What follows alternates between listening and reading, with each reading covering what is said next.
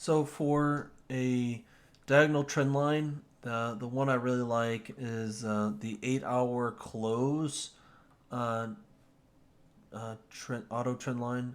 So this is an indicator, um, and it's from Lonesome the blue, and we'll get the indicator here. And it auto draws in trend lines. And the one thing I didn't like about diagonal trend lines is the subjectivity to it. So this kind of negates that a little bit to where it's less subjective. And let's see, I think it was this one I was on. We'll get rid of that. Uh,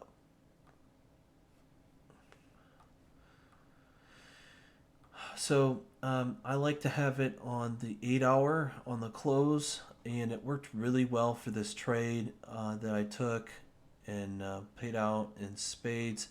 And the oh no, there was another broken one. The so when we do the replay, you could see it, but this one worked out really well. So here was the spot that was at, and we're gonna move these out of the way, and then we're going to mute this because it gets noisy. But this was the line it drew in, and it drew in perfectly. This is called the CTM entry, but we could see the break, and then the second candle after that retests. Oh, that was it did retest there. So let's go back one.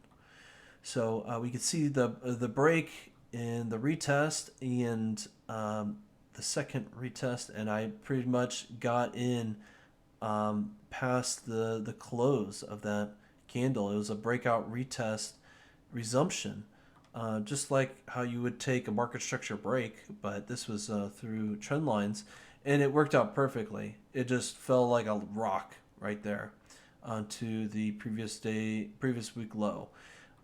Nice 2 or 3% drop.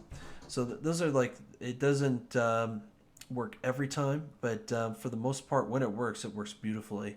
The whole breakout retest resumption deal. So the whole goal is to figure out, okay, where's the next one, where's the next like honey pot of just beautiful goodness, and I think we're getting somewhere close with it.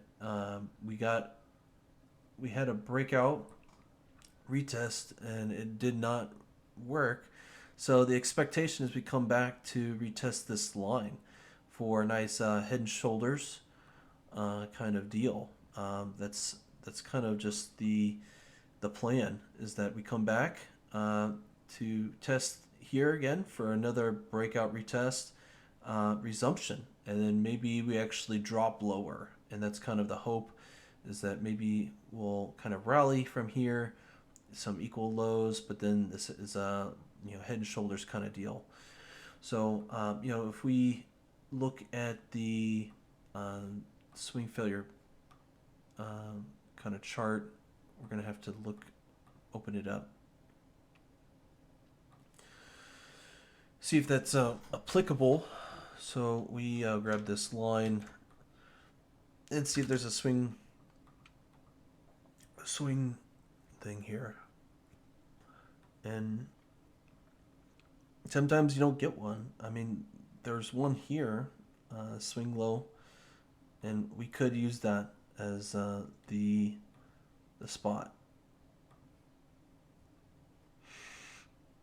of point of interest. It's really difficult to really get this, but another way would be, I think maybe this is just the best way, and we could use the moving average channel here on the H4, but unless it really just starts breaking down, I just suspect we're gonna go sideways.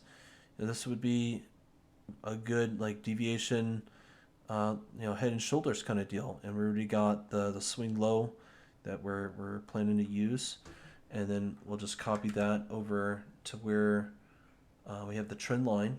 We apply it, and voila, we look. That's kind of where we want it to retest and reject, is that area. And then I like the weekly as well. So on the indicator, I'll open up the part where I have the weekly, and I have the high and low drawn in right there. And I just like to see where support and resistance is with the high and low.